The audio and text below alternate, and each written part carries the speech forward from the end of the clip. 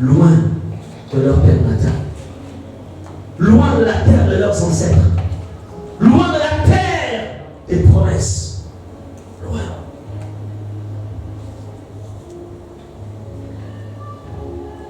Alors, Dieu montre en fait à Ézéchiel la réalité spirituelle du moment. C'est qu'en fait, cette situation physique que tu vois, en vérité, c'est parce qu'Israël est devenu en fait, ce sont des ossements desséchés. Israël est devenu en fait plus qu'un cadavre. Vous avez déjà vu un chien même chercher à manger un os desséché? Non. Peut-être que même le chien ne peut même être intéressé par un os desséché. C'est pour démontrer en fait ici la dimension de bassesse, on va dire peut-être ça comme ça, dans laquelle Israël s'était retrouvé une situation difficile. Okay. Je ne sais pas dans quelle situation ta vie se trouve aujourd'hui, je ne sais pas dans quelle situation ta famille se trouve aujourd'hui, je ne sais pas dans quelle situation en fait ta maison se trouve, je ne sais pas sur le plan professionnel, je ne sais pas dans quelle situation se trouve ton administration dans laquelle ton pouvoir tu travailles. Je ne maîtrise pas en fait le département dans lequel tu travailles. Je ne sais pas, mais toi tu le sais. Mais Dieu te dit, revois son regard. Le regard de Dieu. Bien donc cette imagerie des os secs résume bien la situation des exilés d'Israël, des déportés d'Israël. Bien ici donc cette personnification des ossements reflète en fait le fait qu'ils représentaient donc comme ça les exilés dont les conditions en fait étaient devenues compliquées. La situation économique était devenue sèche. La situation religieuse était devenue sèche. La situation du domaine des affaires était devenue sèche. Sèche dans un domaine sec. Relation conjugale sec. La vie familiale sèche. Tout était sec. C'est-à-dire que quand tu voyais, tu disais, ancien, regarde-moi, ancien. C'est-à-dire que tu dis, écoute, là, fait une fois abandonné. Il n'y a plus d'espoir. Là. Vous comprenez? Avec le regard humain, il n'y a plus rien à faire. Là, c'est selon les hommes. Je ne sais pas combien de personnes te découragent, viennent te donner des conseils contraires à ce que ta conviction intérieure te dit. Mais tu sens quelqu'un qui dit, écoute, là, tu ne peux plus rien, à faire. Je pense qu'il est mieux que tu recules, il est mieux que tu cherches ailleurs. Là, ce n'est plus possible. Je ne sais pas combien de personnes te le disent.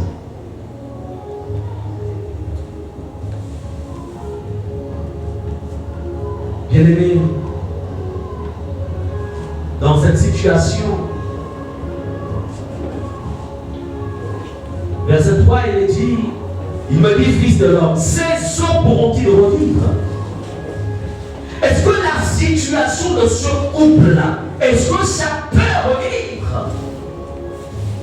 Est-ce que cette famille peut-elle retrouver son unité? Est-ce que cette personne peut encore travailler? Après 10 ans, 15 ans de chômage, est-ce que vraiment il peut encore trouver du boulot? Est-ce que je peux encore continuer mes études? Hier, mon épouse a lu dans un journal, on va dire ça comme ça, une dame qui était partie à l'école à 50 ans parce qu'elle veut décrocher son baccalauréat. 50 ans. Oh, je suis, ça se passe au Nigeria. Elle a dit qu'elle ne peut pas aller sous terre sans son bac. Ses enfants vont en proche, maman, il faut le partir. Et ses enfants la soutiennent. Alléluia. Oh, quel esprit fort.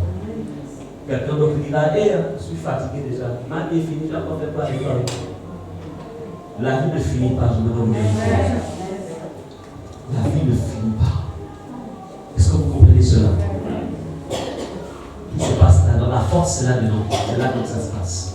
Si là donc tu es fort, rien ne peut être difficile. Tu vas l'apprendre en anglais à 43 ans.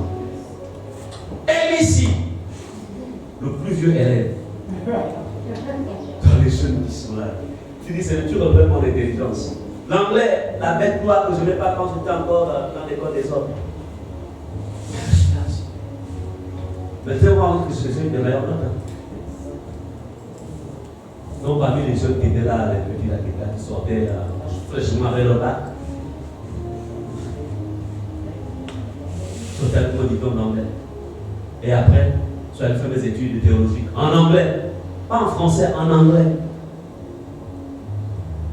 Première année, deuxième année. En anglais. J'ai dit à mon intelligence ça. Saint-Esprit, il faut remettre l'huile à l'intérieur. Remettre l'huile dans ma mémoire. Il faut enlever toute la rouille à l'intérieur. Et il a tout laissé. Je suis revenu avec ma licence en théologie. Donc en fait, c'est toi-même qui mets les limites sur ta vie. Est-ce que vous comprenez comme ça? Vous comprenez ça? C'est l'homme qui place les limites. Mais tu peux aujourd'hui dire, je déplace ces pas au nom de Jésus. Je refuse d'être limité parce que j'appartiens à la race de Dieu. Et Dieu nous a créés à son image. Il a donné l'intelligence à l'homme. Écoutez, vous êtes peut-être jeunes. Beaucoup parmi vous, mais j'aimerais vous dire, il y a 30 ans en arrière, la zone d'Akonda, c'était une brousse. Je me souviens, nous allions pique-niquer là où il y a maintenant plein d'immeubles, on appelle ça comme la zone présidentielle là. Oui, la Sablière là. On allait pique, c'était la brousse, on avait on appelle ça comment, des bananiers, des cocotiers, on allait pique-niquer là-bas.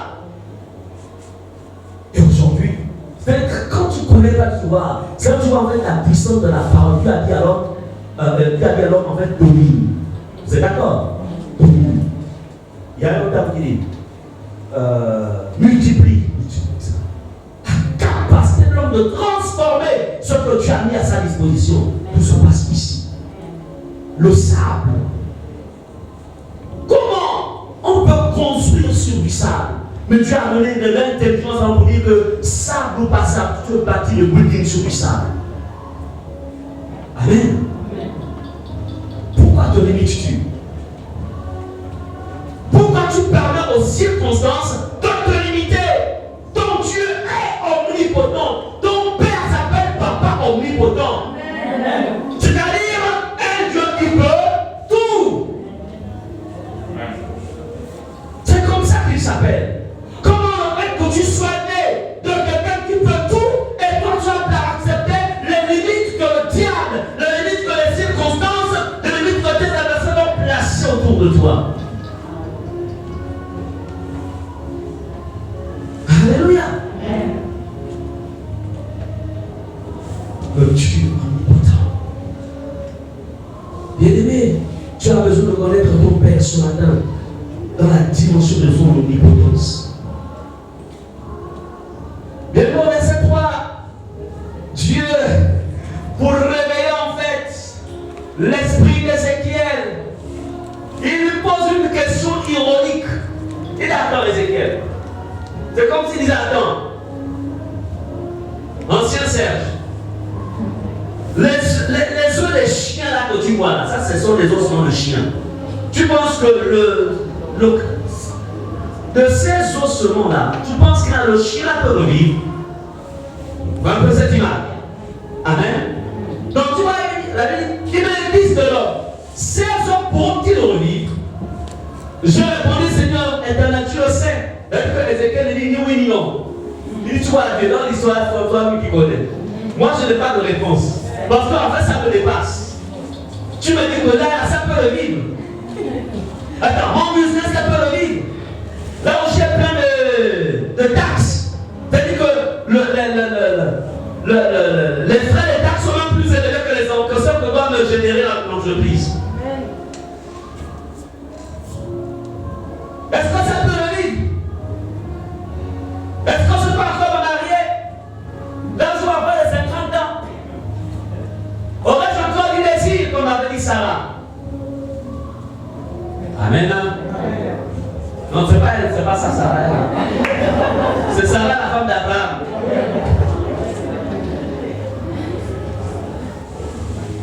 Alléluia. Est-ce que, en fait, toutes les interrogations que vous posiez, est-ce que ça peut encore revivre? Est-ce que je peux encore retrouver le bonheur de ma vie? Est-ce que je peux encore sourire un jour? Est-ce que... Et puis Ézéchiel dit, toi-même tu le sais. Papa dit à Dieu, c'est le toi-même tu le sais. Est-ce qu'on dit toi-même tu le sais? Toi-même tu le sais. Alléluia. Toi-même tu le sais. Mais dans une telle situation, quel mortel connaîtrait-il la réponse? Même moi, j'aurais même pas eu de réponse. La vérité, c'est que je dis, moi, allez, c'est bien, pose la question à ma femme, parce qu'elle est intercesseuse. Moi, je suis c'est elle qui passe toute la nuit à prier pendant que moi je dors. Alléluia. Ézéchiel savait bien sûr, comme n'importe qui le ferait, que les os secs ne vivent pas, ne peuvent plus revivre. Ézéchiel avait une vision humaine de la chose. Mais il y a des situations auxquelles parfois nous voyons les choses selon l'homme. Mais j'aimerais vous dire une chose. Dès l'instant où vous avez une alliance avec Dieu, n'oubliez jamais ce côté-là. Dès l'instant où vous avez une alliance avec le Dieu créateur par Jésus-Christ de Nazareth, le médiateur de cette nouvelle alliance, n'oubliez jamais que vous êtes rattaché au Dieu omnipotent. Dieu qui peut tout. C'est pourquoi on ne vient pas à l'église parce que je vais écouter la parole. On ne va pas à l'église parce que je vais écouter la parole, non. Je vais à l'église parce que j'ai une alliance avec le Dieu créateur. Amen. Et je viens le célébrer, je viens le rencontrer. Parce qu'en fait, il y a quelque chose qu'il a pour moi. Amen. Amen.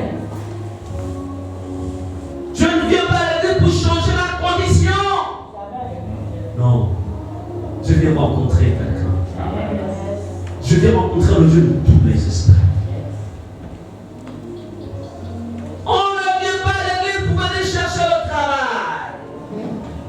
Ici, ce n'est pas l'ONE. On vient ici pour rencontrer qui? Jésus. Pourquoi es-tu là ce matin? On ne vient pas à l'église pour qu'un moment le pasteur me fasse la délivrance. On vient à l'église pour rencontrer qui? L'agneau de Dieu. Mais en le rencontrant, lui, il opère des miracles et des prodiges. Il offrira le pain.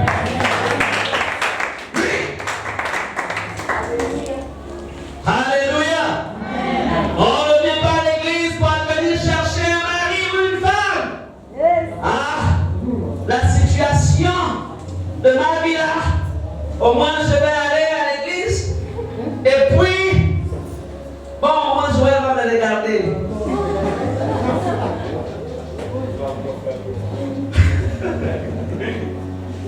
Alléluia.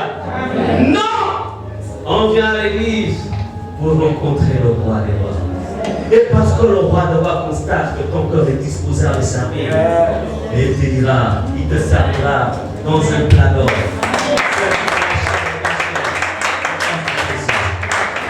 Comme il y a 22 ans de cela, il m'a apporté cette femme sur un plat d'or.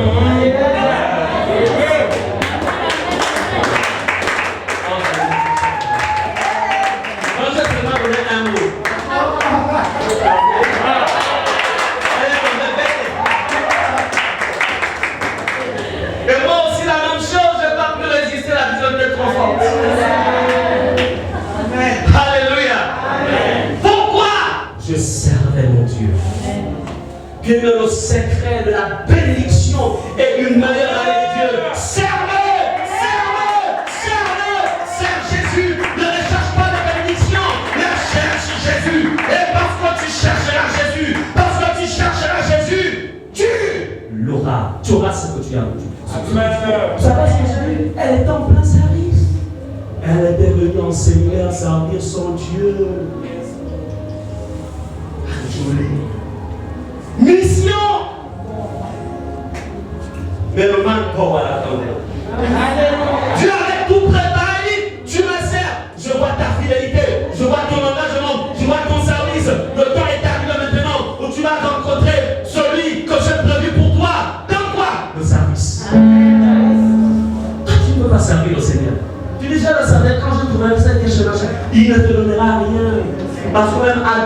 Adam était dans le jardin. Dieu a donné à Adam la gestion du jardin. Il descend complètement, c'est trop grand pour lui. Ce travail est trop grand, il faut que tu donnes cette qui m'a aidé dans le travail. Mais toi, tu ne veux pas servir le Seigneur et tu veux que Dieu te bénisse. Tu veux te bénir pourquoi?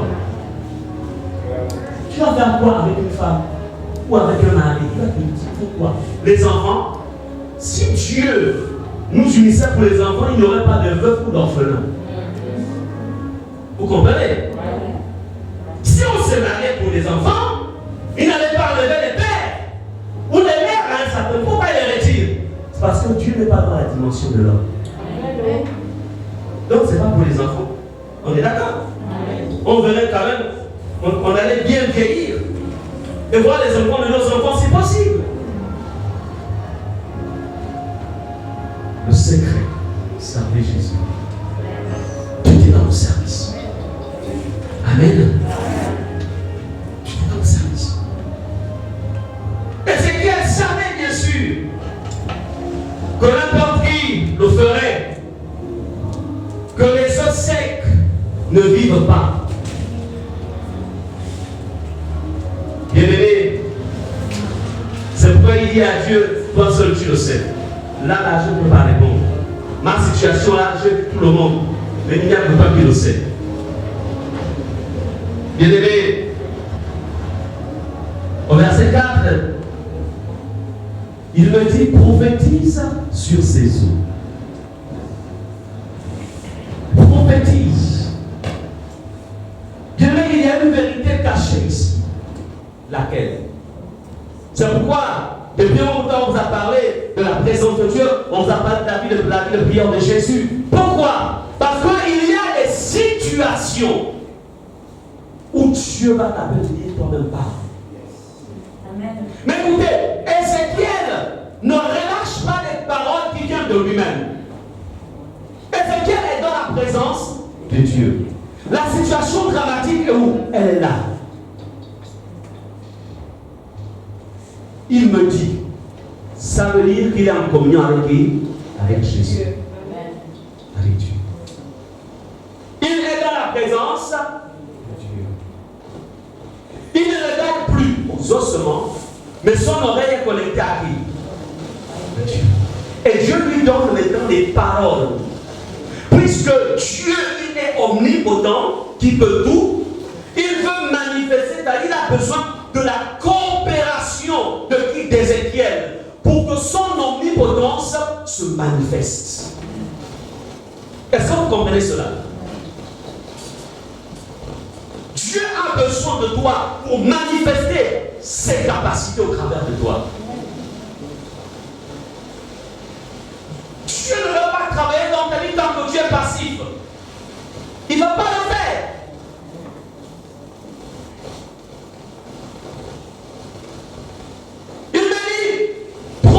Sur ces eaux et dis-leur. Dieu lui-même prend les paroles et les met dans la bouche d'Ézéchiel.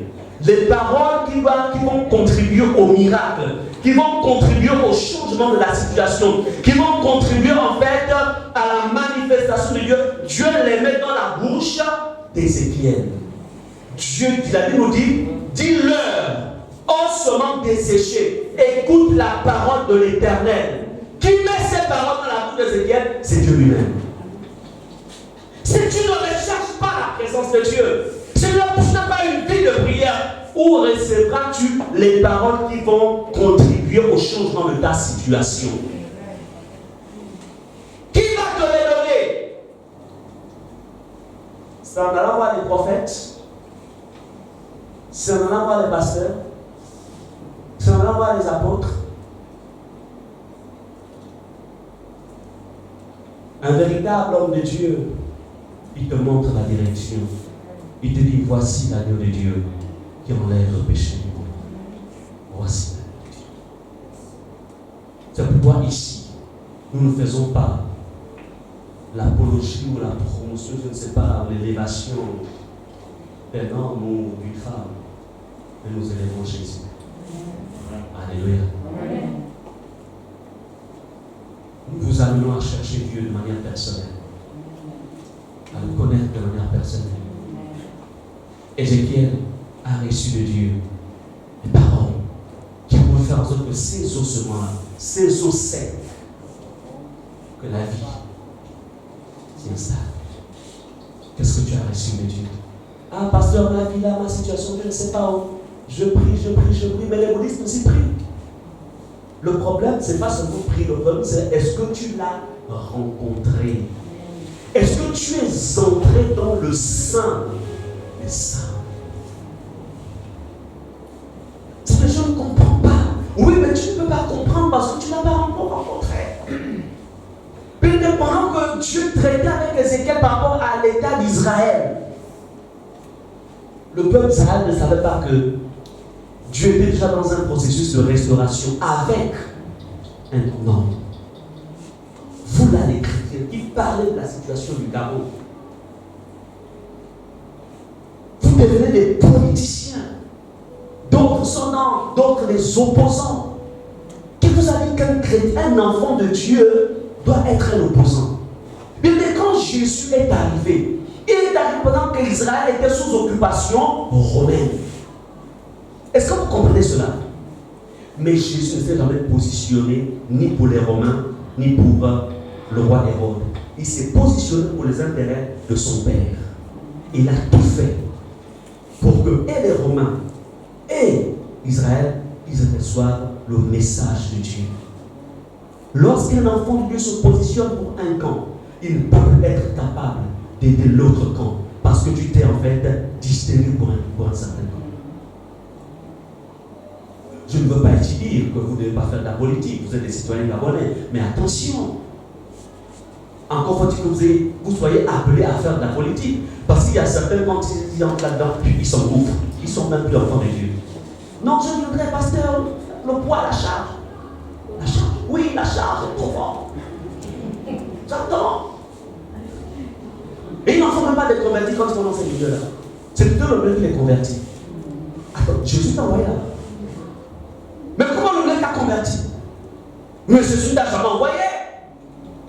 Parce que si tu t'avais envoyé, tu aurais fait des convertis. Mais si c'est toi maintenant qui te retrouves dans ce que nous reprochons à ceux qui ne connaissent pas Jésus mais qui gouvernent le pays, mais c'est que tu as un problème. Est-ce que vous comprenez cela? C'est pour dire quoi? Un enfant de Dieu fait les choses selon son Père. Amen. Faites attention. Ézéchiel s'est tenu pour le pays. Il a prié, il a écouté Dieu. Et Dieu lui a dit prophétise pour que l'économie du pays change. Il y a même des chrétiens qui disent le pasteur, on va prier pour l'économie du pays. Ce sont les mêmes qui mangent. Quand Dieu va changer là, ce sont les mêmes qui vont encore manger. On va rester dans la même situation. Mais la vérité c'est que si l'économie aussi ne change pas, beaucoup d'entreprises vont continuer à fermer. Après, c'est quoi? Chômage généralisé. Ceux qui mangent, ça te regarde. Toi, prie pour le pays, c'est ce que Dieu te dit. C'est le moment. Amen. Et il y a aussi une autre réalité, c'est qu'en fait aussi, vous savez, le problème avec surtout nous, les Gabonais, c'est qu'en fait, on nous a cultivés dans un esprit bureaucratique. C'est-à-dire que si tu n'es pas derrière un bureau, tu n'as pas réussi dans la vie. Attention, mon fils Serge. Attention. Si tu ne travailles pas bien à l'école, mais tu sais ce que tu vas devenir. Tu vas laver les voitures, toutes les autres. Mais est-ce que vous savez que ces gens-là qui ont plusieurs, on appelle ça comment? Lavage de voitures, il y a qui sont des millionnaires. Donc toi, pendant que tu attends, pendant 30 jours, tu attends les 300 000. Pendant 30 jours. Lui, les 300 000, il les gagne même pendant 2 jours. Mais là, il fait comme s'il n'avait rien. Donc tu es la veste, même la voiture que tu conduis là, c'est à crédit. La maison que tu loues, à crédit. Donc, en fait, tu es un esclave de l'État. Parce qu'en fait, c'est l'État qui t'emploie. Mais attends, toi-même, tu as là à l'école, tu as des diplômes dans la tête, tu as plein de choses dans la tête. Pourquoi tu n'ouvres pas ta entreprise? sois ton propre patron. Entreprise de vente de gâteaux. À l'époque, les gâteaux là, à mon âge, à l'époque, bon, elle n'était pas encore née, mais à l'époque, c'était des gâteaux de 10 francs. 10 francs le gâteau. Bon, elle est née à l'époque que les gâteaux étaient 25 francs. 10 francs le gâteau. Mais est-ce que vous savez que ces gens-là ont construit au Sénégal, c'est les Sénégalais, ils ont construit des buildings. Pendant que toi tu négliges derrière le refait de vente, un gâteau, il faut dire qu'on appelle ça mangounia. Mangounia, voilà. Les mangounia. On appelle ça en Afrique du Sud, mangounia. Donc, entreprise de vente de gâteaux. Toi tu attends, pasteur, pasteur vraiment, tu as déposé le dossier partout, j'allais partout. On ne le prend pas. Si on ne te prend pas, ça veut dire que toi-même tu peux être ton propre patron.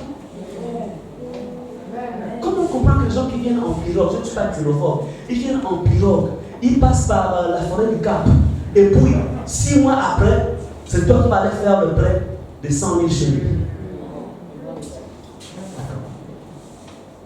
Il y a quelque chose qui va pas. Vous comprenez pas ça? Gabonais, Gabonaise. Sortez de là, de l'esprit bureaucrate. Soyez vos propres patrons. Amen. Soyez vos propres patrons. Je vous encourage. Quand vous rentrez d'Afrique du Sud, on se marie, tu ne repars plus là où tu travaillais avant. Vous savez ce que je faisais, j'aimerais encourager pour tout ce qui va dire. Écoutez, j'avais ça dans la tête. Le diplômé pour lequel je suis entré, je pouvais aller dans n'importe local des ministères. On pouvait m'accepter. Parce que je pesais lourd. Dieu m'a dit, tu ne vas nulle part. Tu commences quelque chose. Ayant travaillé 20 ans dans un ministère, j'étais connu. Toutes les portes vont s'ouvrir. Il y a certains qui me faisaient les yeux lourds. Je dis, je vous connais. Je ne peux pas vendre ce que Dieu m'a donné comme ça. Donc vous savez ce que j'ai fait? J'étais rentré avec l'anglais dans la bouche. Mon répertoire était plein. On était quand même pasteur du félicité dans la plus grande église du Réveil du Gabon à l'époque. On avait la demoiselle là s'appelait comment? Toyota Corolla, je suis une cam. Je faisais le clan. Le ministère est encore tout petit. Donc, tu ne peux pas dire que tu vas t'attendre à aller à des offrandes. Et on n'a pas été le genre formé que voilà. Sarah, toi tu occupes la bouteille de gaz. Joël, toi tu occupes du courant. Yannick, toi tu t'occupes en fait de quoi? De la nourriture. Bon, ancien, toi tu t'occupes du nettoyer parce que tu gagnes gros, tu es dans une grande entreprise. Hein? Donc la grosse team là, plus ça, donc c'est pour le loyer. Toi, tu t'occupes du tactique des enfants. On n'a pas été élevé comme ça. On a été élevé dans la dépendance à Dieu. La dépendance à Dieu. Et Dieu ne s'occupe pas de nous lorsque on a les bras croisés. Parce que quand on dit le Dieu qui peut tout là, ça veut dire qu'il faut avoir les bras croisés. Le pasteur dit que Dieu est omnipotent, Dieu peut tout. Non! La première chose à faire, je cherchais dans mon répertoire quelles sont les personnes qui avaient des écoles privées. J'ai fait le tour. Ok, bon. Je parle anglais. Je peux vous donner des cours d'anglais chez moi ici? Oui, parce qu'il n'y a pas de souci. Cours d'anglais. Bon, je suis un pasteur. J'ai une école chrétienne. Je peux aussi donner de la religion? Oui, pasteur. Donc, j'ai déjà combien? 2 entrées financières. Cours de religion, cours d'anglais. Mais ce n'est pas suffisant. Il y a une dame qui est là, voiture gasoil. Bon, j'habitais les PK. Je calcule l'heure. À l'heure là, la mairie est déjà partie. Donc je peux me mettre à mon plan d'eau. Est-ce que vous comprenez cela? Et je faisais plan d'eau. Je faisais à l'époque IAI, feu rouge, il y avait encore les feux là-bas à Zion. De 17h, 18h jusqu'au moins à 20h, 21h, je rentrais avec moi 15 000 par plan d'eau. Vous comprenez cela? Mais toi, tu es là à la maison, tu attends le miracle de Dieu. Tu as quelque chose avec toi. Tu as quelque chose avec toi. Les enfants. Quand j'étais au lycée, avec toute la tribu d'Israël que les deux mamans avaient faite, c'était compliqué. Donc pour avoir l'argent de poche, c'était parfois compliqué. Même moi, qu'est-ce que je faisais? J'étais en classe de première ou seconde. J'allais donner des cours de rattrapage aux enfants des mariés. Vous savez, comprenez? J'étais en première ou seconde, je ne sais plus, ça remonte. Mais j'y allais. Je ne voulais pas toujours embêter maman, tonton. Bon, moi, je ne suis pas bon candidat avec papa. Donc, vous comprenez que c'est plus maman qui est dans la bouche.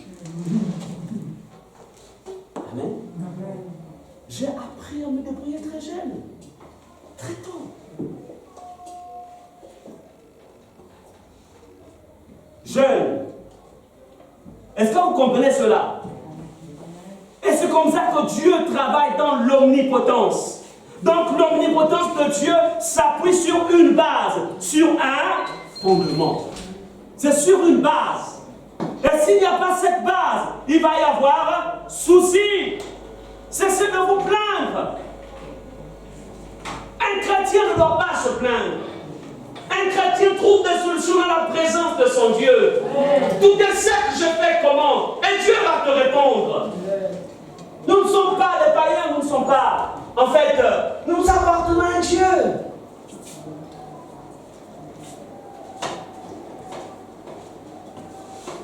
Ce matin, et nous voyons, puisque Ézéchiel va donner, va prophétiser, il va relâcher les paroles de Dieu sur la situation des paroles que Dieu lui avait données. La Bible dit, en fait, au verset 7, je prophétisais, c'est-à-dire que je parlais, je libérais la parole que Dieu m'avait donnée sur la situation à laquelle j'étais confronté, à laquelle la situation était, la situation familiale et autres étaient confrontées. Elle dit, au verset 7, et comme je prophétisais, il eut un bruit. Et voici, il se fit un mouvement, et les eaux s'approchèrent les uns des autres. Verset 10, je prophétisais selon l'ordre qu'il m'avait donné, et l'esprit entra en eux, et ils reprirent vie. Ils reprirent vie. Ils reprirent vie. Là où c'était quasiment impossible et mort, Dieu a redonné la vie. Amen. Le Dieu omnipotent. Église, je voudrais te dire ce matin, te rassurer que Dieu ne t'a pas oublié. Dieu ne bénit pas seulement que les autres. Dieu ne change pas seulement que les vies des autres. Dieu peut changer ta vie. Sois tout simplement humble. Ne sois pas imbu de ta position. Ne sois pas imbu de toi-même. Qui moi, je n'ai quand même pas plus simple. Comment je peux aller faire cordonnerie? Mais tu ne sais pas qu'en faisant cordonnerie, il y aura un collègue qui va passer par là. Et te dit, hey, c'est comment un collègue? Ah, tu sais, la situation. Oh non! Mais écoute, donne-moi ton dossier. En fait, il y a... Alléluia. Amen. Mais il y a un poste là. Et puis quelques mois après, tu as appelé. Pourquoi? Dieu est venu te trouver où? Là où tu faisais la cordonnerie. Tu n'étais pas à la maison. Dieu a plusieurs stratégies pour élever ses enfants. Mais une seule chose, sois humble dans ta vie. Et comprends que Dieu est omnipotent. Rien ne lui est impossible. Là où il y a la mort, il donne la vie. Amen. Dieu n'est pas un scientifique. Amen. Les scientifiques inventent, mais Dieu crée. Amen. Dieu crée. Quelle est la différence entre la création et l'invention? L'invention s'appuie sur ce qui existe déjà et il transforme pour donner une forme nouvelle à la chose. Mais la création, ça part de ce qui n'existe pas et ça vient l'existence. Dieu, le Dieu omnipotent. Alléluia. Amen. Et que nous nous taisons dans la prière.